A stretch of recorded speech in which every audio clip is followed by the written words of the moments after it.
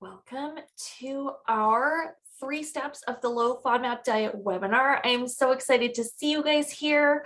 Let me just get myself set up for 1 second. Just a little bit of housekeeping. If you want to use the chat, just pop right over there right now. You're going to see a little blue button, and right now it says hosts and panelists. I want you to switch that to everyone. And that's just so that if you have a comment, if you have a question, everybody can see it. If you know the answer to the question, feel free to drop it in the chat. I am going to be sort of taking a peek in there. We also have a Q&A button. So if you have a question, pop it right in one of those places, and I'm going to be checking throughout our webinar to make sure that I'm answering your questions. Anything I don't answer or that we don't have time to get to, no worries. I will make sure that that information is coming out either on Instagram or in the Flip Your Leaf community. It might show up in the newsletter. I'm going to make sure that you guys are getting the information you need. There are no silly questions in this space. I was a beginner once too. I had to figure out everything on my own. There wasn't a Monash professional certification yet. So I promise I have heard the question before. I don't think it's silly. And so as things are coming up, if you need clarification, always feel free to ask. But again, make sure that you are going into the chat and selecting everybody so that everyone can benefit from seeing your question, okay? So if we haven't met before, my name is Amy, and like I said, I am a Monash certified IBS health coach. I work with women who kind of feel like IBS is running the show. I help them create a clear and simple strategy to take back their lives so that they can just live them however feels right to them. So today we are meeting to talk about the 3 steps of the low FODMAP diet. If you didn't know, there are 3 distinct phases. It is not just the elimination phase. It is not a forever diet. And so we're going to talk about what you eat, what exactly you're supposed to be doing, why we're even doing this in the first place. We're going to talk about how to transition through each phase. I'm going to try and keep us like right on time. Yesterday, our webinar went like right to the hour mark. If you do have to leave, don't worry. Everyone who's registered is going to get a replay of the webinar. If you need to go back and sort of fill in blanks in your notes, I'm going to be talking at lightning speed. I apologize in advance, but it feels really important to me to make sure that you guys are getting as much information as possible, because I know this can feel overwhelming. I know this can feel really complicated. It's actually quite simple once you get all of these sort of rules and sort of procedures and steps into your body. You can kind of just do them. Everything is going to come down, I promise. Okay, so let's get ourselves started. I see a whole bunch of people piling in. Again, if you could just switch in the chat from hosts and panelists, there we go. If you could switch from hosts and panelists to everyone so that everyone can see your questions, your comments, that would be amazing. So let's get started. First of all, like I said, there are 3 phases to the low FODMAP diet. That's the elimination phase, which is the one you all heard about. You pull everything out of your diet. There is the re-challenge phase, and then there is the personalization phase. So let's do a real quick overview of that. First of all, in the elimination phase, this is what everyone's talking about. This is the low FODMAP diet, where you are pulling all of those high FODMAP foods out of your diet for 2 to 6 weeks. And all we're trying to do is see, does your body shift? Is there a shift in your symptoms simply by just taking the high FODMAP foods out of your diet? Okay, so phase 2 is the re-challenge phase. And this is where we're going to test one representative from each group. So you're going to pick one food from each of the 5 FODMAP groups, and we're going to try it, see how it works. We're going to do it in a way that is limiting the stress or the anxiety that you're feeling going into the test. We do it very strategically, but we're trying to get an idea or a preview of how your body might respond to that group as a whole, if that makes sense. Okay, so after you've done all of those little preview tests, those re-challenges, you're going to move into what's called the personalization phase. And this is where we build where you're going to be following longer term. And I say longer term because it's not permanent. This is not your forever diet still. We're going to bring in as much food and variety as possible in whatever serving sizes work for your body, but we are expecting that personalized diet to continue to grow and develop over time as you bring in other tools that work for your body, as you build more diet diversity and your gut bug community becomes more healthy, more supported, you will find that you will continually be able to add more FODMAPs over time, okay? So again, the 3 phases are the elimination phase, the re-challenge phase, and the personalization phase. And if you are just getting started, I want you to know that these 3 phases are not optional, okay? The program is these 3 phases. So even if you get into the elimination phase and you're feeling amazing and you're like, you know what, I'm done, It's totally worth it for me to eat this way forever. You are not doing the low FODMAP diet unless you continue into the re-challenge and personalization phases, okay? So just so we're all on the same page, I always like to start from the beginning and work us up because I know you guys are all starting from different places. So let's do a quick FODMAP crash course. If you know this, just hang tight for 1 second. We are going to dive deeper into each of these phases in 1 second, okay? So FODMAP crash course. FODMAP sounds ridiculous because it's an acronym. It stands for fermentable oligosaccharides, disaccharides, monosaccharides, and polyols. Words are ridiculous. All they mean is that they are small carbohydrates, okay? So this is an umbrella term. It talks about small carbohydrates, which are sugars, and they're found in plant-based fibers and dairy products that contain lactose. So not every dairy product does contain lactose or an amount of lactose that would bother somebody with IBS. So it's plant-based fibers and dairy products specifically with a notable amount of lactose. So the reason that FODMAPs are special, lots of fibers contain different elements. The reason that we're interested in FODMAPs in particular is that they are really, really small, and this helps them pull excess water into your bowel, okay? They're also rapidly fermentable. This is the fermentable part of FODMAP.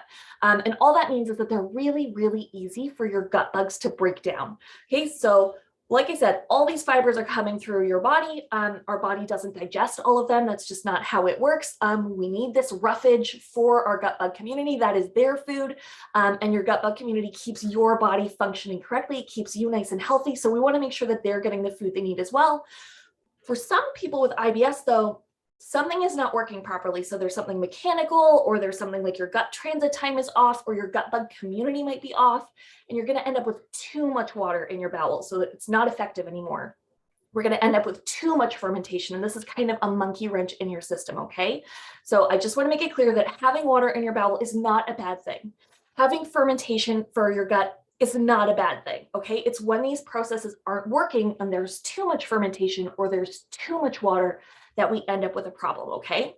So when it comes to the low FODMAP diet, it's important to remember that this is just a tool, okay? It is not a symptom management strategy. It is not healing your gut in any way. It is not even particularly healthy for you to be following this. So if you're just following it as part of like a healthy diet, that is not what we're doing here. So again, it's not a symptom management strategy. It is not healing your gut or your IBS or the root cause of your symptoms in any way. All it's doing is providing us information on how you digest food and if there are particular groups that your body is struggling with right now, okay? And then we're going to figure out how to manage those in a way that's right for your body. Now, going into the actual low FODMAP process, these 3 phases, we're going to talk about each of these in detail, kind of what you're being asked to do, kind of what the purpose is of each of these phases, how you transition in and out of each phase. So grab your pen and paper. Like I said, if I'm talking a little bit fast, it's just because I'm trying to be conscious of your time. You're going to get a replay. You can absolutely pause, rewind, whatever you need to do. And I'm also available for questions if anything's not clear. You're kind of thinking about something later, you can always come back and ask me. I love questions, okay? So when we're talking about the elimination phase, I want you to know that what we're talking about is using the low FODMAP protocol in a way that is out of the box, okay? So that means we're just following the basic instructions. There is no customization. So when we're following it, sort of using that out of the box structure, it is 2 to 6 weeks only, this elimination phase where we're pulling out all of these high FODMAP foods. Now, you're not just pulling them out. Okay, we're going to swap them with low FODMAP alternatives. So the idea is not to shrink your diet down to something very, very tiny. It is to keep it broad. It is to keep it diverse. We want lots of colors. We want lots of textures. We want lots of different sources of fiber, lots of different sources of nutrients. What we want to do is if you're trying to eat with onions, we want to just swap them out for the green part of a leek. If you want to have an apple, we want to swap that out for, say, some strawberries or some grapes or a banana. It's not that we're trying to take pieces of your diet away. It's that we're just transitioning to a lower FODMAP diet. So not even no FODMAPs.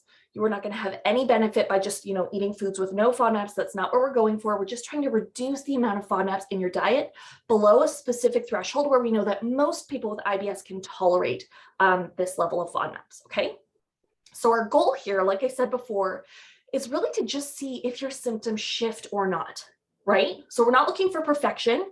We're looking for Monash says like a 50% reduction, but most FODMAP trained professionals just say a significant difference. So if you pull all of those high FODMAP foods out of your diet, and you're like, whoa, I can definitely see the difference in my body, great, that's exactly what we're going for, okay?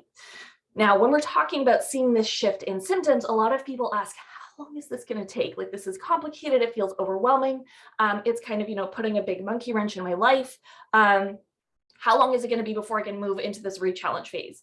There are a couple of things that you want to look for, okay? So some things happen very, very fast when people are in and out in 2 weeks. That's amazing. If you're working with a FODMAP trained professional, that is not uncommon. The longest I think I've ever had anyone in the elimination phase is 4 weeks, and that was just because we were tweaking some stuff. If you're doing it on your own, though, we expect to see something happen within 14 days, okay? So 2 weeks, we expect you to notice something. Doesn't have to be dramatic, doesn't have to be huge, doesn't have to be that significant shift, but at the 14-day mark, I wanna ask you, do you feel it yet? And I want you to say, I can't put my finger on it, but like definitely something is shifting, okay? So that's the 2-week mark. Now at 4 weeks, I want you to have that noticeable difference. It doesn't have to be perfect. There could still be a little bit of room for improvement, but around the 4-week mark, I want you to say like, yeah, there's definitely something happening, or I've reached that space where I'm like, yeah, this is awesome. I feel like I'm good to go. If you do need a little bit more wiggle room at the 6-week mark, that's when we're expecting that your symptoms are significantly different. So around that 50% mark, around that, like, yeah, this is definitely a change for me. At the 6-week mark, though, we also want your symptoms to be level. So that, again, doesn't mean perfect. You might still be having more bowel movements that you want, or not quite as many as you want, but we would expect you to wake up every day and have predictable symptoms. So I know what's going to happen, give or take, every day. I kind of am not having surprises anymore. Everything is feeling kind of, level. So again, at 2 weeks, we're expecting you to notice something at least. At 4 weeks, we're expecting a significant change. And by 6 weeks, we want it to be significant, and we want your symptoms to be predictable. Okay, so what happens if you haven't noticed a change at the 14-day mark? That's okay. It's not weird. It's not uncommon, especially if you're trying to do this on your own or with somebody who's not specifically FODMAP trained, whether that's your GI or your dietitian. We're okay. Don't panic. If you haven't noticed anything in 2 weeks, just go and double check your foods, right? So go through your list again. Say, did a sneaky FODMAP make it in here? Is there something in my fridge? Did I forget to check the things in my freezer? No worries, this happens a ton. Doesn't mean you did it wrong. It doesn't mean you weren't being careful. It is so overwhelming when you're getting started. Almost everyone has a sneaky FODMAP somewhere. The trick is that a group that you're sensitive to or not? Did you notice or did you not notice? Okay, so check the actual foods that are in your fridge, in your pantry, and then also check your products, right? So check those labels for sneaky FODMAPs. That's all cool. You're like, yep, I nailed it. Like, everything's perfect. I don't know what the problem is. I want you to go back and double check the Monash app for the correct serving sizes. And we're going to talk about this in a minute. But yeah, I want you to go through and make sure that you're using the correct serving sizes, because some foods that are low FODMAP actually become high FODMAP in larger servings. So you could just be eating too much of something, no worries. You didn't break anything. You didn't lose any time. You're still A-okay. We just want to pull that serving down a little bit so that you are under that threshold that we were talking about. So the last thing that I want you to think about at that 14-day mark is FODMAP stacking. Now, this is something that you might have heard about a lot. I don't want you to worry about it. Almost no one suffers from FODMAP stacking, okay? It is so rare. I've had like 1 or 2 clients who actually had legitimate FODMAP stacking issues. It is so unlikely that you are going to have this. I just want you to know what it is, and then I want you to forget about it unless you're having an issue and you need to troubleshoot, okay?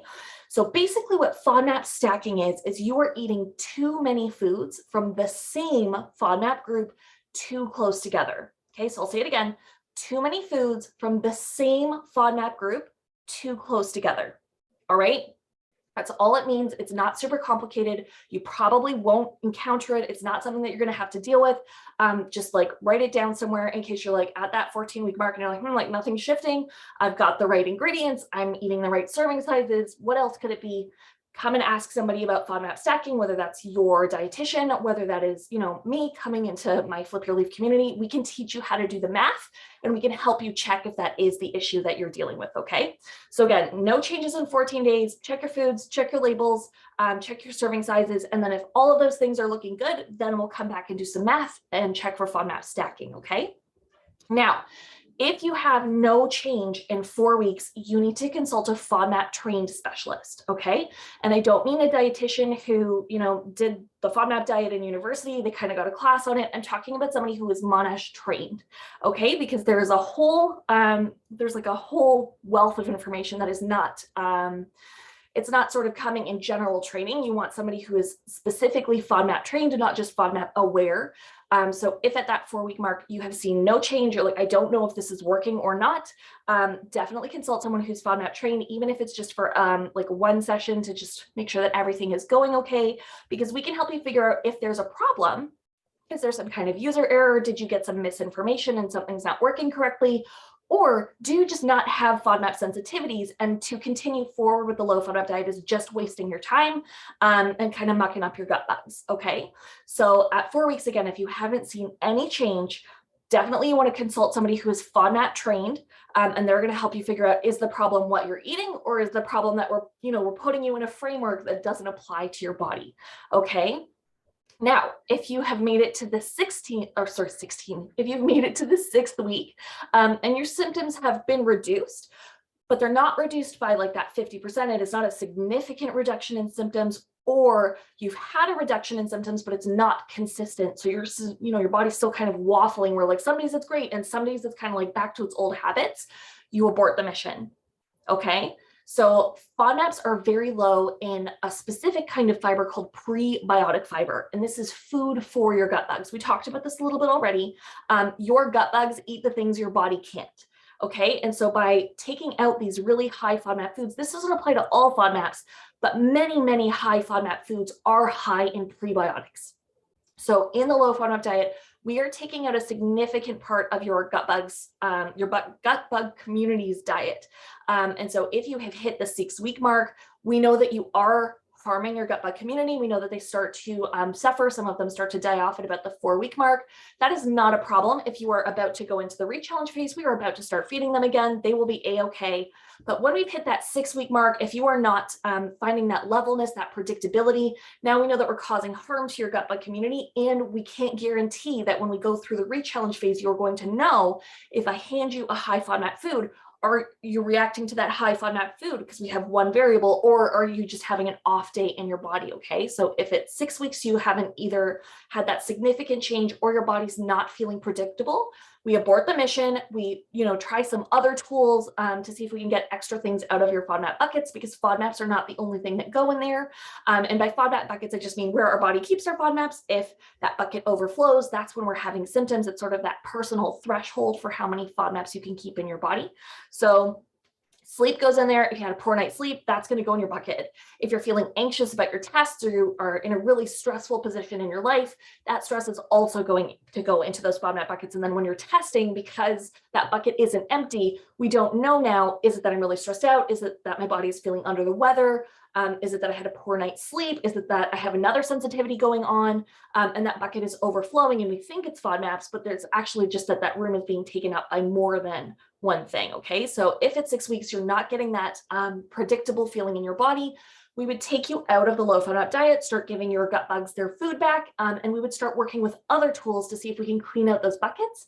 And then when you come back, you don't have to do the full elimination again. It would just be a week or two to sort of get your body back in sync, and then you would proceed right back into the re-challenge phase, okay? So let's talk for a second about what do you actually eat, okay? So we've talked about this elimination phase, kind of what you're gonna expect for shifts in your body. How do we actually do that? First things first, the food list that you are going to use, the actual official list of high and low FODMAP foods, is the Monash University app. And somebody asked how to spell that yesterday. So it is Monash, Monash, the Monash University app. So it's going to be a little blue app, and it has a little cartoon intestine on it. And if you need me to verify that that is the correct one, just shoot me a DM, and I'm happy to verify that for you, okay? So Monash University coined the term FODMAP in 2005. They were the ones who started investigating this umbrella of short chain carbohydrates to see, are these collectively causing similar issues for people with IBS. So they developed the diet, they developed the program, they have created the protocols, and they are the lab going through and testing each food and determining if it is high or low FODMAP and in what serving size. And the serving sizes are important because if you have like a list from your dietitian or your GI, if you got like the 3-page pamphlet, I hate those. But if that's what you're working on, or you have like a free app, or even if you purchased an app, most of these lists do like a safe or unsafe, like a high or a low FODMAP, and it's sort of like a yes or no system, and that is not correct, okay? So FODMAPs are based on serving size because we're not trying to eliminate all FODMAPs. We are trying to stay below a certain threshold, okay? So this is important because like we talked about with the FODMAP stacking, low FODMAP servings can become high FODMAP in large servings. So you need to know where's the threshold between, you know, I can have 2 handfuls of this, or I can have 5 handfuls of this. Where is that cutoff where now I'm moving into high FODMAP territory? Similarly, many high FODMAP foods actually have low FODMAP servings. So like while you can't eat a whole apple, you can have a bit of an apple. Like that's fine for muffins, that's fine for cookies, that's fine if you have events or something that are involving apples, you can have a little bit of honey in your tea. Like it's important to know this because, again, one of our goals is to keep that diet diversity because we are limiting food for your body, like nutrients, vitamins, all of those things. We are limiting food for your gut bugs. And so if you can have smaller servings of things that have these prebiotic foods in them, the more the merrier, basically. So when we're using this yes or no lists, you are dramatically decreasing the amount of food that you have access to by using the Monash University app and following their recommended serving sizes. You're going to find that you have a ton of food that you can actually keep in your diet. And as you get the hang of things, you were going to realize like, actually, I can eat a ton of things and this isn't nearly as bad as I thought it was. Okay. So when you get the Monash app, you're going to notice that it uses a traffic light system. So we have green foods, these are low FODMAP. You're going to see amber foods, these are moderately high in FODMAPs, and there are red foods, which are high FODMAP. So using this out of the box system, which is kind of just following the basic protocol, which is what we want you to do for sure if you were doing this by yourself, if you're working with a GI or dietitian who isn't FODMAP trained and just kind of gave you that list and was like, good luck with that. This is the system that you want to use, okay? So green is low FODMAP. So you want to use green foods in green serving sizes, okay? We are not eating amber foods right now, and we are not eating red foods right now. Those are for your personalization phase. We're going to deal with those later, okay? So, yes. So if you are using someone who is FODMAP trained, there is something called the simplified diet. Okay, so we have this out of the box system, which is the green foods and the green serving sizes. If you are using somebody who has been trained by Monash University, they can create something just for your body. And this is actually how the FODMAP diet is meant to be used. Okay, so we have this out of the box program because Monash understands that, you know, this is kind of new, especially in North America. Not everyone has access to someone who is FODMAP trained. So they created this basic system for you. So you are going to get, you know, the best results that you can get working on your own. If, however, you are working with someone who is FODMAP trained, ask them for the simplified diet, okay? Because each FODMAP does something different in your body. There are ones that are heavier in pulling water. And so if you have diarrhea, like abdominal cramping, these are things that you want to be conscious of. There are other ones that cause like, because they're so fermentable, they cause a lot of bloating. So if you have something like constipation or you're dealing with excessive bloating, those are kind of the ones that you want to focus on. There are kind of ones that are in the middle.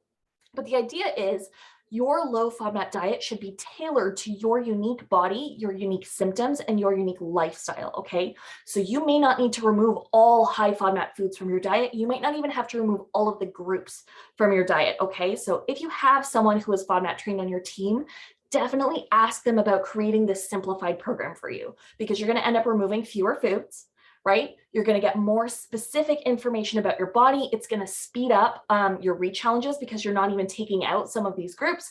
It's then going to speed up your personalization phase because you removed fewer things, you have fewer things to test, and it's just going to get you back to your life faster, right? And you're going to feel better and you're going to end up with more food in your diet, okay? So if you are working on your own, just so you know, the simplified diet is preferred for people who are vegetarian or vegan because it's going to leave more food in your diet. You're going to have more resources to work with. It's recommended for people who travel a lot or who need to eat out a lot for work. It's recommended for people who have food allergies that kind of limit what they have access to, or people who have other dietary issues where they're kind of or not dietary issues, but issues in their body that are also managed through food. So that's things like if you have diabetes and you're following a low GI diet and they're limited access already, you definitely want to work with somebody who can create these simplified diets for you because that is going to, again, just increase the amount of food that you have access to. It's going to make it easier to follow the diet. It's going to help you be more compliant, and it's going to leave a bit of the fun in food just because you have access to regular everyday products. Okay. So I want you to know that it is actually really rare for someone to remove all of the high FODMAP foods from their diet. Okay. It is very rare that someone would need this.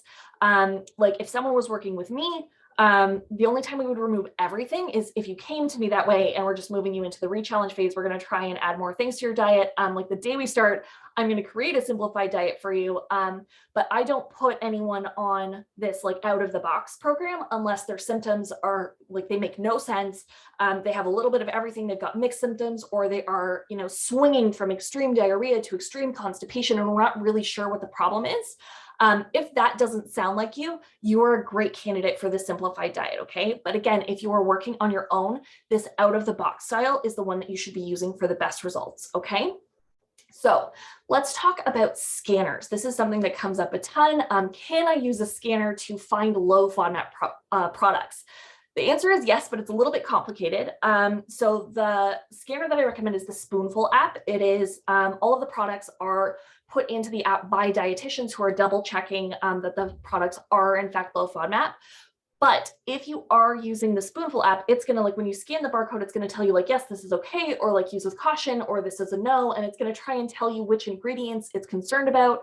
But there's human error. It's not going to tell you if a company has updated the product, but it hasn't updated the database yet that Spoonful is using. So if you're going to use a scanner, it can be helpful, but you always want to cross-check with the Monash app, okay? So you scan it, it says go ahead and eat it. You say, great, we're one step closer. Now I'm going to cross-reference all of these ingredients against the Monash app and make sure that it truly is okay for me, okay? So what are you actually going to eat? All right. So we talked about green foods and green servings. We talked about using the scanner and cross-checking that against the Monash app. Great. You can fill a grocery cart with things, but what are you actually going to eat? So the goal here is we actually want to mirror your current diet. So this is what we're talking about, just swapping high FODMAP ingredients for low FODMAP ingredients. Our goal is for you to eat exactly the same. This is not a time to revamp your diet. I know lots of people say, well, while I'm here and I'm kind of, turning my life upside down, I might as well start eating healthier. I might as well start, eating this way that I wanted to eat before.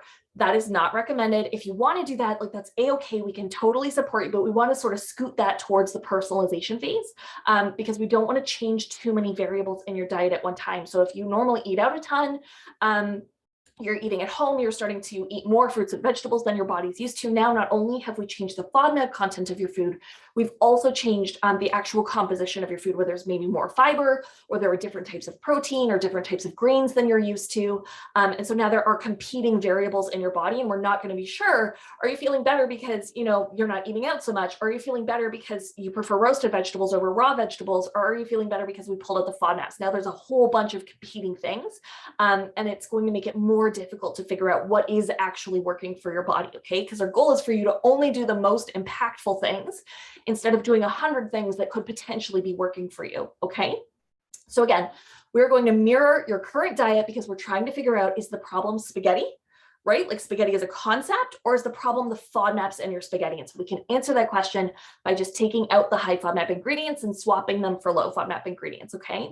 So when you are building your meal plan, the first thing I want to ask yourself is, what am I normally eating, right? If we're trying to mirror our diet, what am I planning every week? Kind of what are our go-to recipes that we're just eating regularly anyways? Or even at a restaurant, what am I normally eating at a restaurant? And is there a way that I can make that lower in FODMAPs, right? So start with a couple meals. I have people come in, they are imagining that they're going to have to plan 6 weeks of meals, and we get them out in 2 weeks. And what a waste of your time and energy and effort, right? So just start with a couple of meals, see how they go, get your bearings.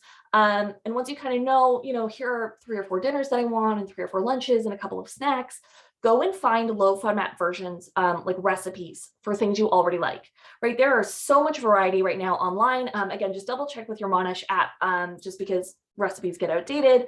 Not everybody knows what they're doing. That's fine. Just go through with your Monash app, double check it is low FODMAP. It'll help you build your FODMAP spotting muscles. But try and find things that you already like so that your diet feels kind of normal. It'll also help it feel familiar. It'll help you sink into the low FODMAP diet much easier. Or if you're really comfortable in the kitchen, just go through your own recipes and swap out the high FODMAP ingredients for low FODMAP ingredients. They call it Franken FODMAPing. And again, if you're like feeling pretty confident, but you need a little help, just message me and I will help you figure that out, okay? And again, if you need some ideas, I have lots of free recipes on my website and I do take requests. And so if there's something that you were just craving and you can't find it anywhere, let me know and we'll work it out together, okay? So let's recap really quick. The elimination phase is 2 to 6 weeks. You're going to use your Monash app as your list. We're going to eat green foods in green serving sizes. I want you to brainstorm what you regularly eat and then just go and find low FODMAP versions of that, okay?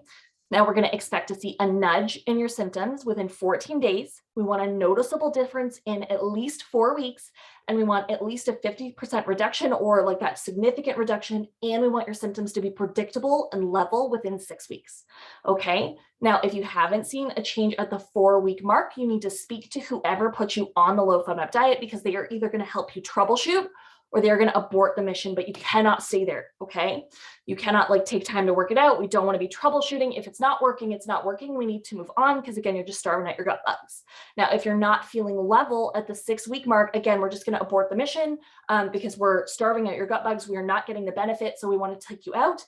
Either FODMAPs aren't the issue for you and we want to figure out what is the issue, or we want to add some extra tools that we're making more space in those FODMAP buckets and we can get reliable answers when we take you through the re-challenge, okay? So how do you know when to transition from the elimination phase into the re-challenge phase, right? How are you going to know? Am I a 2-weeker? Am I a 6-weeker? How do I know when it's time to make that move? So it's really easy. If you have a pen and paper, make sure you're writing this down. You have to complete at least 14 full days of elimination. Even if you felt spectacular at day 2, we want to give your body that 14 full days, just so that if there are things that you can't feel in your body, if there are things that you're not aware of, your body has 2 weeks to just shake out so that we know you have a nice clean space for your re-challenge test, okay? So 14 days. I need your symptoms to be significantly reduced, not perfect, right? As soon as you're like, yeah, that's like a significant difference. If you handed me something and I was sensitive to it, I would feel a difference in my symptoms. So not perfection. I'm just, 50% reduced or like a very noticeable difference. And then the last thing is your symptoms need to have felt predictable for 7 days in a row. So if you are keeping a food journal, you're keeping a symptom journal, this is going to speed this process up for you so much because you are going to be able to track, hey, I hit day 7. Let's book it, right? It is time to go. So again, you need 14 full days of elimination. You want your symptoms to be significantly reduced and you want your symptoms to be predictable for 7 days in a row. And once you have all 3 of those things, it is time to move on because we want to start feeding those gut bugs right away. Okay. So you're ready for the re-challenge. What the heck are we doing here? First of all, I'm going to be sending you a list of re-challenge foods from Monash. So these are the standardized recommended test foods. If you are working with somebody who's FODMAP trained and you're like, I would not eat any of these, they can waffle that a little bit for you. But if you are using it out of the box, these are the recommended test foods because they're high enough that if you do have a FODMAP sensitivity, you are going to feel something in your body. And we definitely want to make sure that you're testing things that will provoke a response if you are sensitive. But we're going to talk about this in 1 second. We're going to do it in a way that is not going to be catastrophic or dramatic for your body. All right. So rule number 1 is, except for the food that you are actively testing, I need you to stay in the elimination phase. Okay, so you're going to be following the same elimination phase that you were following for that 2 to 6 weeks. We're just going to add in a test food, and that test food is going to be a snack for your gut bugs. And so they're going to be getting a little, pick me up while you're doing this. They're going to start repairing themselves, sort of feeling good themselves. So this is enough food that you don't have to worry about them. And we're going to move through this as quickly as possible. But you are going to stay on that elimination phase diet, that low FODMAP diet, for the entirety of the re-challenge phase, just so that we're maintaining that clean environment that you created. Okay. So on the handout that you received, you are going to see that everything is broken into columns. Okay. So they are broken down by group. You are going to choose 1 test food from each of these columns. So that is 1 representative per group, and you're going to test it over 3 separate days. Okay, so on day 1, you're going to do a quarter serving. On day 2, you're going to do a half serving. And then on day 3, you're going to do a full serving. Okay, so I want you to keep notes on any symptoms that you have, but I always tell my clients, go in assuming your body is not going to respond. Okay, because this is going to help keep that anxiety nice and low. It is going to help keep you calm while you're kind of waiting for symptoms. But the second thing I tell you is, do not check for symptoms. Okay, you do not need to be checking in with your body. If your body doesn't like a food, it will let you know. Okay. But the reason that we're starting with this small serving, this quarter serving, is so that if your body does respond, there isn't going to be a ton in there. And so it's going to be like, hey, like I'm noticing a shift in symptoms. Hey, I was feeling really level and I feel something different. I'm going to pay attention. I'm going to, talk to whoever put me on the low FODMAP diet about how to adjust my next test because I'm having a little bit of anxiety, or I'm pretty sure the next one might be the final test. But it shouldn't be super dramatic because we're starting with a very, very tiny amount. If you are feeling nervous, you can do it over 4 days, or you can pick a food that you feel a lot more comfortable with. I know some of my clients are very nervous about testing garlic or onions, so those are not the foods that we pick. We're going to wait until they build up some wins, until they know how their body responds to smaller tests, when they know how their body responds when it does have dramatic reactions, if that's something that they do experience. And so they sort of know what to expect when we work up to these big, scary things. So there are lots of ways to modify that. If you are doing it and you're not quite sure how to do something in a way that you feel comfortable, just let me know and I'll help you out, okay? So again, we're starting with that small serving, but here's a question that I get a lot is, how do I determine like what is a quarter serving, what is a half serving? There are 2 ways that you can do this, okay? So the first one is just using Monash's traffic light system. So you go into the app, you look up the food that you want to test with from that list, and you say, what is a yellow serving? Okay, and if there's a bunch of space between a yellow and a red serving, you do on day 1, the quarter serving is a yellow serving, the half serving is like a yellow and a half, right? So I'm going to do a little bit more than a yellow serving. And then that final serving, that full serving, is the red serving. Okay, so again, that's just using Monash's onboard traffic light system. Just look up the food that you've chosen from your test food from those columns and pick the yellow. I'll yellow in a bit, and then a red serving, and those are your 3 days. Okay. The way that I like to do it with my clients is we work up to a full serving of what they would normally eat. So like on day 1 of testing, you would just say, what is, if I was going to eat an apple, for example, that's a terrible example because that is 2 FODMAPs, but we'll run with it. If I was going to eat an apple, I would start with a quarter of an apple. Then I would do a half of an apple, and then I would do a whole apple like that. I normally eat my apples in wholes. If you eat apples in halves, then it's going to mean 1/8, a quarter, and a half, right? So it's whatever I would normally eat is going to be the final day of testing for me, so that I know in my day-to-day life, I can have this, or I can have half of this, or my body is comfortable with like a sprinkling of this, or my body does not enjoy this particular food, and I'm going to save that for later. Okay. So again, day 1 is a quarter serve, whether using the traffic light system or just a quarter of what you would normally eat. Day 2 is a half serving, and then day 3 is going to be a full serving. Okay. Now, after your final test, you are going to return to the low FODMAP diet. Okay, so we're holding this low FODMAP diet the entire time. You do day 1, day 2, day 3, and then you go back to the low FODMAP diet. So you take that test food back out, and you're going to give yourself 3 days between tests. So from day 3 to day 1 of your next test, we're going to put 3 days in between there called your washout period. And this is going to help your body reset. So that again, you have a clean testing environment for your next test. And this isn't sort of like my body was sort of cleaning up still from my previous test. Now I'm not sure, was it the tail end of that test? And then I added this test and it's too much. Like, we're separating the tests by 3 days so that we know if I have a response, it's like specifically for this one variable because I have that clean and maintained environment. Okay. Now, when you're doing the re-challenges, once you finish the test, you take that food back out of your diet and you don't eat it again until the personalization phase. Okay, so we are not adding new foods to your diet right now. This is really important because, again, that can muck up future tests that you're doing if you're leaving those high FODMAP foods in there. Okay. All right, so another question that I get is there like a specific order that you need to do the tests, and like which test is first? If you're using the Monash app, they do have a food journal in there. And if you open the re-challenge journal, it'll have them listed in a specific order. That's just how they got put into the system. Doesn't matter which one you start with, okay? I usually start with like, what is something that you would be excited to eat? What is something that would be really helpful for you that you can look forward to in the personalization phase? Like, what sounds good? Do you have something in your house already? Are you going somewhere and this would make it easier to go to that place? So there's no specific order you need to test the groups in. Just make sure that you're working your way through each column and keeping track of what you actually tested. And just as a heads up, you're going to see on the handout that I'm giving you that fructans are actually tested 3 times, okay? So they're tested as produce, which is like fruits and vegetables. They're tested as grains, and then they're going to be tested as inulin, which is technically a vegetable, but it's kind of powdered down. It's used in teas. It's used as an emulsifier. So you're going to find it in things that separate. So like ice cream, yogurt. It's in a lot of coconut milk. You can find it as a replacement for the structure in gluten. So things that are gluten-free, like especially things that are made in your grocery store that come in like those plastic clamshells, they're going to be in like the gluten-free brownies or the gluten-free cookies or anything like that. Take a look at that. They're also a shelf stabilizer. So you can find them in things like graham crackers, you can find it in cookies, you can find it in wraps. But I have noticed, especially in the States, a whole bunch of my clients can't find it. They have spent weeks looking for it. Like I always tell them on the first day, like, okay, go and look for inulin because it might take you a minute to find it. Sometimes you can't find it. If you can't find it in the products where you live when you're actively looking for it, odds are you're not going to run into it anywhere in your daily life.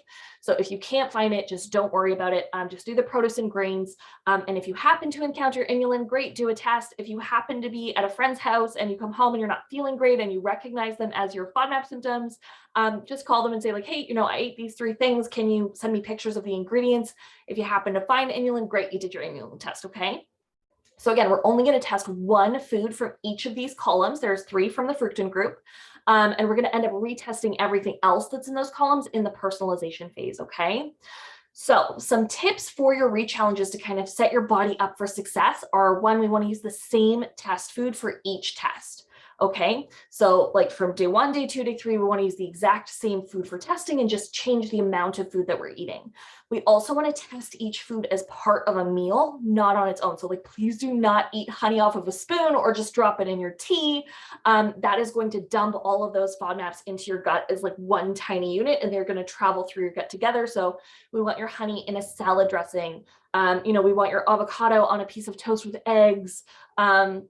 However you're testing those things, we want to make sure that they're part of a meal. And if they don't make sense as part of a meal, we just want to make sure that they're coming through with a meal. So like eat it for dessert or something like that, or eat it as a side dish to your meal. But we want to sort of dilute it as it goes through your body, because that's how you're going to be eating most of the FODMAPs from that group.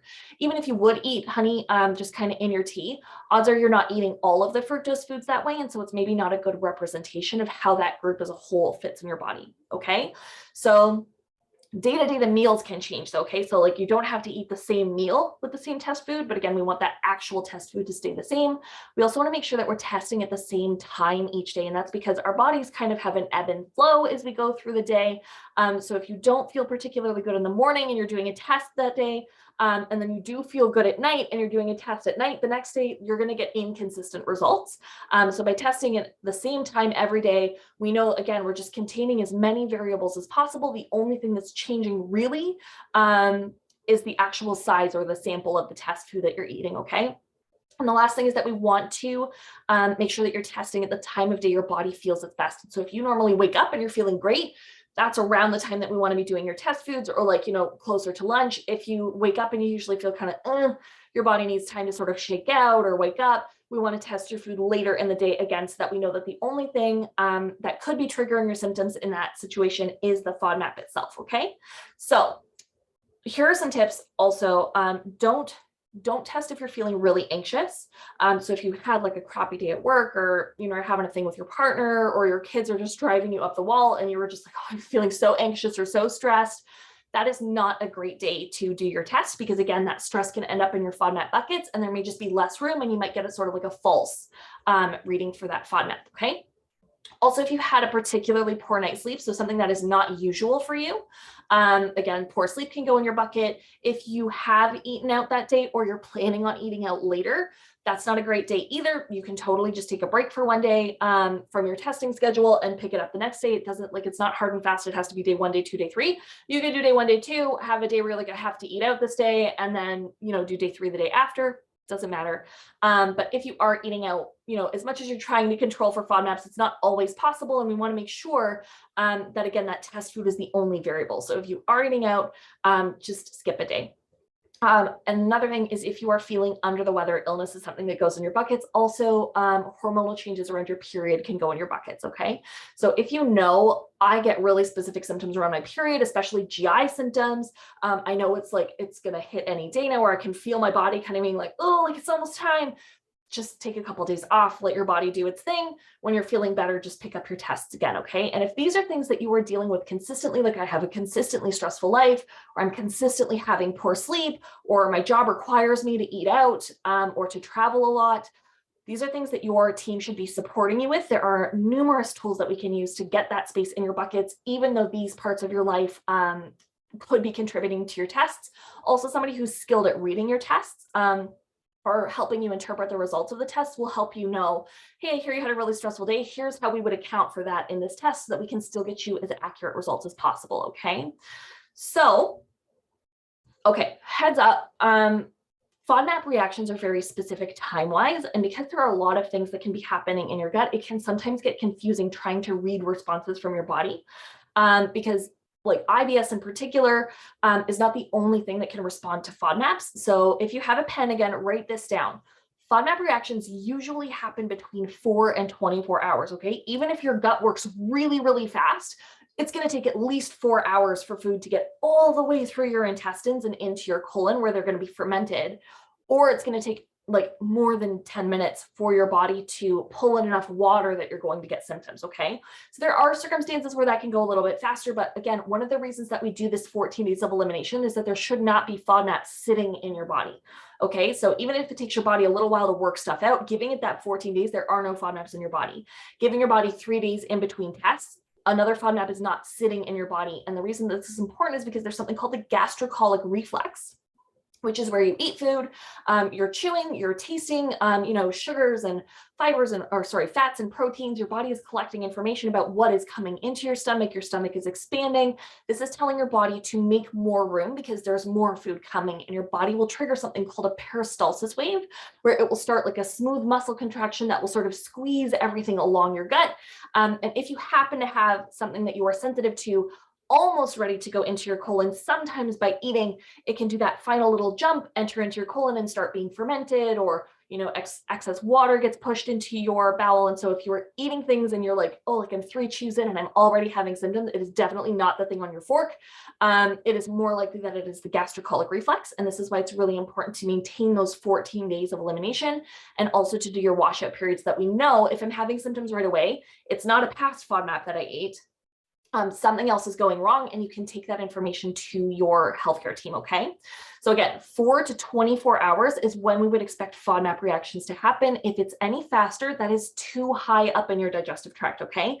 So definitely keep notes on what is happening. FODMAPs don't cause heartburn or acid reflux. They don't cause burping. They generally don't cause bloating above the belly button. So if you're bloating way up here, that's probably something that is small intestine or stomach related. And all of that is amazing information. Collect it really specifically, hand it to your healthcare team, and sometimes they can help you find a secondary issue and really get into the root of what is going on for you, okay?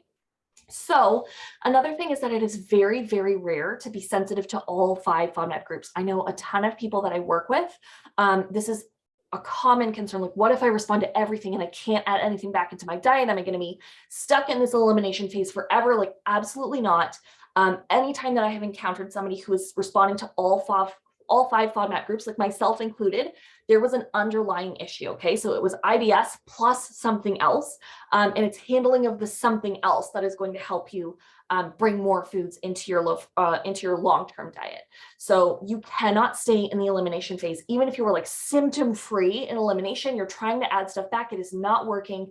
You are going to end up with bigger problems down the road, and they're going to be much, much harder to solve, okay? And so if you are testing things, you're like, this is not working, or I don't know what I'm doing wrong, or something else is happening in my body, like, you have to ask for help. I don't care if it's me. I don't care if it's your healthcare team. You have to reach out though, because there are lots of things that we can do. There are lots of things that we can salvage what you've done so far. So you're not wasting time. You're not wasting that energy or effort. Honestly, often the problem is user error, where either you have received misinformation, or the person who's teaching you has received like misinformation. So it's not your fault. We are not blaming you. This is super, super common. So like, do not beat yourself up or feel bad or be like, why is everybody else doing this and I can't do this? Just reach out to somebody who's FODMAP trained, whether that's through your GI or through your dietitian, or coming to work with me, or just coming and hanging out in my community. Like, something is off, and we can definitely help you figure out what it is. Sometimes it's just a signal that something else is happening, okay? But by having somebody help you interpret those reactions in your body, we can figure out, is it an upper GI issue? Is it something like SIBO, small intestinal overgrowth? Like what is actually happening? We can often tell by which symptoms you're having, the timing. So this can be a blessing in disguise where we kind of figure out like, oh, like actually we found the root cause of all of the symptoms that you're having, or we just made this super easy for you. We can like broaden your diet, no problem, because there was this one little obstacle and we know how to resolve that, okay? And that's often based on the symptoms you're having. So don't be embarrassed, don't be discouraged, just reach out for help. There are like tons of things that I or anyone can do. If you have like a secondary issue and you just want me to reach out to my community of FODMAP trained dietitians, like I can absolutely help you and I'm happy to do that, okay? So the moral of the story is you are not doing yourself any favors by staying in the elimination phase, even if it feels amazing, okay? You cannot stay there longer than 6 weeks, okay? Even 6 weeks is pushing it because we know your gut bugs start to die off at 4 weeks, all right? So let's do a re-challenge recap. Again, if you have a pen, write this down. The transition is, so you're ready to transition into the re-challenge phase when you've completed 14 full days of elimination, your symptoms are significantly reduced, and they have been predictable for 7 days in a row, okay? During the re-challenges, you are going to stay on the low FODMAP diet, and you are going to test one food from each of those columns. On the re-challenge handout, and don't forget there are 3 columns for fructose, you are going to test over 3 days. So day 1 is a quarter portion, day 2 is a half portion, and day 3 is a full portion. And then we're going to do a 3-day washout period where we're just going to follow the low FODMAP diet to recreate that clean testing environment for your next test, okay? We are going to use the same food for each test. We're going to test at the same time of day. You're going to choose a time of day that works well for your body. You are going to abort your test date if you are feeling really stressed, if you are feeling sick, if you are getting symptoms from your period, if you didn't sleep well, if you're eating out that day, because all of these things can skew your test and give you like a misrepresentation of how you are going to tolerate that group as a whole, okay? And again, when you're done your test, that food comes back out of your diet and you are going to continue to follow a low FODMAP diet as you test the next food, okay? So how do you know if a test is pass or fail? If you have no detectable symptoms, pass, easy peasy. If you have some symptoms, I want you to ask yourself, would I eat this at a party? Would I eat this if I knew I was going to have symptoms like 3 or 4 hours later, but I was going to be at home? Would I be able to sit at like a Christmas dinner where I know I'm going to be having symptoms while I'm, in this space? And if the answer is no, like, okay, I'll give it a conditional pass. So like if the answer is yes, like I could totally handle this happening at a party, I'd just wear loose clothes if I kind of knew that was going to happen, or I'd make sure I had some stuff in my car if I like needed like an antidiarrheal or a gas medication, like I could handle that if I got stuck. Great, yes, pass. If it's no, I wouldn't eat this at a party, it's yes, pass, but use with intention. So when I'm at a place, I'm going to make a decision. We call it buying it on credit. Am I willing to have this now and pay for it later? And this is where a lot of our power comes from in the low FODMAP diet. This is where that power comes from in knowing what is going to happen if I put something in my body. Now it's not just I'm following a list off of the internet of eat this, not that, or I'm following a list of things that work for most people. I'm eating with intention based on what I know about my personal body. And sometimes that answer is going to be yes, like, yeah, totally worth it. Cheesecake is one of those things for me. Sometimes the answer is going to be no, but then it doesn't feel like you're being deprived. It's, you know what, I don't want that in my body. That doesn't feel good to me. So I'm going to pass on that. Okay. So would I eat this at a party? If you would not eat it at a party, you're like, oh no, if I see that, I am walking the other way. I'm not doing that to my body again. Then I want you to ask yourself, would I eat this at home, like sitting on the couch in my PJs? Okay. And if the answer is like, yeah, I could eat it sometimes, like if I had nowhere to be and I was kind of at home alone, we call that a conditional pass. Okay. And this is because, again, many high FODMAP foods are very, very high in prebiotics, which we definitely want to keep feeding your gut bugs. And so if there is an opportunity where you're like, I'm not going anywhere, maybe this is a great idea. It's a great day to eat beans or have that pizza that I like or dig into the ice cream, whatever. We definitely want to keep feeding your gut bugs those foods because that is going to help increase your tolerance over time, okay? It's also going to, because our gut bugs play such an important role in our body, the healthier we can make them by feeding them like a wide variety of like colors and textures and all those things, the better your body is going to feel as a whole. So in addition to being a little bit more food in your diet, you're also just going to see an improvement in your symptoms, okay? Now, if you can't see yourself eating it in any scenario, we're going to call that a fail. However, it is important to note that failed foods are not gone forever. This is what I was talking about when I said, we're going to build you a personalization, like a personalized diet, but that is not your long-term diet because we are anticipating that you are going to be able to fit more FODMAPs in your body over time. Okay. So foods that are not, foods that don't work for you right now, write them down on a list and like put it in your kitchen cupboard. And we are going to re-challenge these foods over like every 3 to 4 months. So you don't have to do the whole elimination phase like that. You only do one time. What that really looks like is I'm going to make a meal that I know works for me. I'm going to throw this FODMAP on top and like see what happens. Okay. But again, we want to make sure that we're retesting these every 3 to 4 months because we want to keep building that diet. Many people find that they can add all of the FODMAPs back over time, like even garlic and onion. It's not uncommon that FODMAPers can add those over time. It can take a bit of patience though, okay? But you do have to keep retesting or you're never going to know. So the personalization phase is the third and final phase of the low FODMAP diet. And this is actually the goal. Like everyone talks about the elimination phase. Many people talk about the re-challenges. This is the part that we actually want. This is what we're doing here. And it is not optional. Okay. This is the part where we start adding back foods permanently. So the way that this works is you are going to individually test each food you remove from your diet and see if it works for you. And then also in what serving size. Because like I said, some foods are not going to work for you in their full serving. And so we want to kind of chunk them back down, even if it's a low FODMAP serving is the one that you kind of take out of this program. We still want to keep utilizing that because it does have really important benefits for your gut bugs, for your body, your overall health. So even if you can only eat something in a half size, great. Now I'm going to have a half serving in my diet and I'm going to keep playing with it and eventually can work my way up to a whole size. Okay. But something that is worth noting is that we want to do this by group. Okay, so you look at everything that you pulled out of your diet, start with one group. I usually say something that worked really well for you during the re-challenge phase, or something that would be very, very helpful to you if we could start putting it back in your diet now. I have a lot of clients who do grains because that opens up, you know, like it opens up breads, it opens up pastas, it opens up a lot of convenience foods if they need that for themselves or for their kids or for on the road. So again, either something that works really well for you or something that would be very helpful if we could start adding that back into your diet right now. But going by group will help you really easily spot patterns. So if you're on like food number 5 or 6 and you're like, yeah, like I would not eat any of these at a party. I would not eat any of these at home in my pajamas. We've kind of got the gist of that group and you can just put it on the back burner and come back to it later so that we're not wasting time and energy with a group that's not working for you. Also, if a group is working amazing for you, now you can have that confidence. You get all those small wins of like, wow, this is going great. Look at all the food that I'm adding. You're starting off your personalization phase, like adding a ton of variety to your diet for your gut bugs. They are getting a ton of nutrients after kind of, you know, trying to hold it together for a couple of weeks. So yeah, just doing them by group has a lot of benefits. If there's something that you really want, you're like, oh, like I'm really craving this one particular fruit and it's almost out of season, like go ahead and try it. You're not going to wreck anything.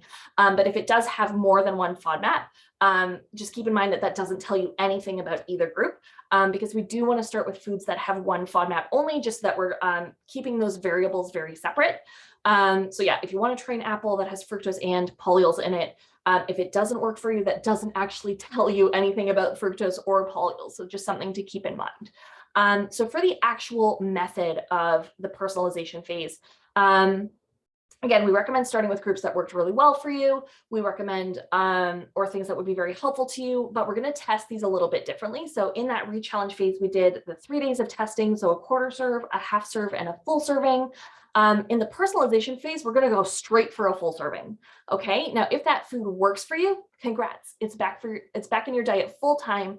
If it didn't work for you, I want you to give your body a bit of a breather when your body's feeling normal, regular again. Go back and test a smaller serving. Because again, we want to keep whatever serving size works in your diet. If that is a half serving, great. If the half serving still doesn't work, try a quarter serving, especially if it's something that you really want. We will take it any way that we can get it because again, you're going to keep expanding your diet over time, the more you increase variety. Okay. So again, if your body is feeling well, test one new food every day. If you have a reaction, just give your body a little bit of time to recoup and then pick up your next test. Okay. For the personalization phase, first of all, anything that you passed in your re-challenge, anything that worked for your body, like you can add those back on day 1 of your personalization phase because you've completed those tests already. So anything that worked in whatever size is now back into your diet full time. Okay. You can also, on your test days, you can continue to eat those high FODMAP foods. So like for breakfast, for lunch, whatever, whichever meal you're choosing for your test for that day. So like for your one full serving, make sure that that meal in particular is low FODMAP. Again, just so that there's only one variable in that food. By the personalization phase, you should know if you're going to have symptoms, when they're going to hit. It tends to be very predictable in your gut. So if you know at like 6.5 hours is when I tend to have my FODMAP reactions, you'll be able to tell, hey, I had a reaction, but it wasn't the correct amount of time. And so I'm going to assume that it was sleep or anxiety or something else that I ate and not this test food. You're going to get very comfortable in your body, sort of interpreting those test results. So another thing to keep in mind is that FODMAPs are like proteins, they're like carbohydrates, they're like fiber. Every food is going to have a different amount. And so even if you had a strong reaction to a re-challenge food, I still want you to test every food in that group. Okay, so just because you failed your re-challenge test does not actually tell you anything about that group as a whole, because there are foods that have just trace amounts of FODMAPs. There are foods that just have a mild or moderate amount of FODMAP. So if you responded to a food, because remember, we used foods that were high in FODMAP so that if you did have a sensitivity, even if it was a mild one, we were going to get a heads up about that. So keep in mind, as you're going through the groups, there are going to be lots of foods in each group that could potentially agree with you just fine. There are smaller servings that might work for you. So do not cut out an entire group just because the test food didn't work for you, okay? So let's do a quick personalization recap. You can add back all of the foods that worked for you during the re-challenge phase. We're going to start testing with foods that have one FODMAP, and we're going to put them in a low FODMAP meal. Everything else in your day can, remain with those foods that you've been adding. If the food works for you, it can stay. If it's not working for you, just give your body a little break. When it feels normal again, you can pick up your testing again. Foods that are working for you can stay in your diet long term in whatever serving size feels right. Foods that don't work, we're just going to put on a list, and we're going to go back and re-challenge them every 3 to 4 months. And you will find over time that you start knocking things off that list and you're like, yeah, actually that works for me. Yeah, actually that works for me. Great. So one thing that's really important to remember is that the low FODMAP diet is not a solution to your symptoms, okay? It's going to help you find food triggers, but they're just going to give you space. It's going to help keep your body feeling calm. It's going to help give you sort of the space and the time and the energy to really find the root cause of your symptoms. What is actually going on and how do we address that? It's going to give you time to build a long-term strategy that's functional for you while still feeling comfortable in your body. But you are a whole person, okay? There is more to you than what you eat. There's more to your diet than FODMAPs. And so I want to make sure that your healthcare team is talking to you about improving your body mechanics, about improving communication between your gut and your brain, about helping you cope with the stress and anxiety of doing things like the FODMAP diet, of doing things like, all those hoops that you have to jump through to manage a chronic illness. And that all of the tools that they're recommending to you, they're helping you fit into your current lifestyle. They are making them work for your unique body, your unique symptoms, and your unique lifestyle. Because if they're not manageable, you can't do them, okay? So I want you to know, if you are feeling overwhelmed, all of this information about the FODMAP diet, you are looking for help creating a simplified diet, or you are feeling stuck with your re-challenges, or you need help because you're kind of responding to everything, did want to let you know that I do have a few coaching spots open right now. So if you think having me as your partner in crime might be helpful to you, I would love to invite you to a free My Body, My Rules empowerment call, just to see if my program feels like a good fit to you. So basically what we're going to do on this call, I'll send you a link if you're interested. What we're going to do on this call, totally free, no pressure, is we're just going to figure out what having ideal health means to you, because it means something different for everybody. We're going to figure out what these actual obstacles are to getting you the things that you need, making sure that they feel sustainable and comfortable in your actual life. And then we're going to figure out what are the most impactful steps that we can take to get you there. Because again, I don't want you jumping through flaming hoops to feel good in your body. I want you to have 1 or 2 things that are really effective in helping you manage your symptoms, so you can kind of put them on autopilot and just get back to living your life. So no matter what happens on this call, you are going to leave feeling excited and energized, because you are going to know exactly what you need to do, and you're going to have a game plan to actually get it done. Okay, so if that sounds like it's helpful for you, I would love to have a chat with you. Just click the link and you'll hop yourself right into my calendar, and I can't wait to meet you. Okay, so thank you so much for coming to this webinar. I will be able to, oh, I'm sorry, I got a hand raised. Do you have a question, Patricia? You could put it right in the chat.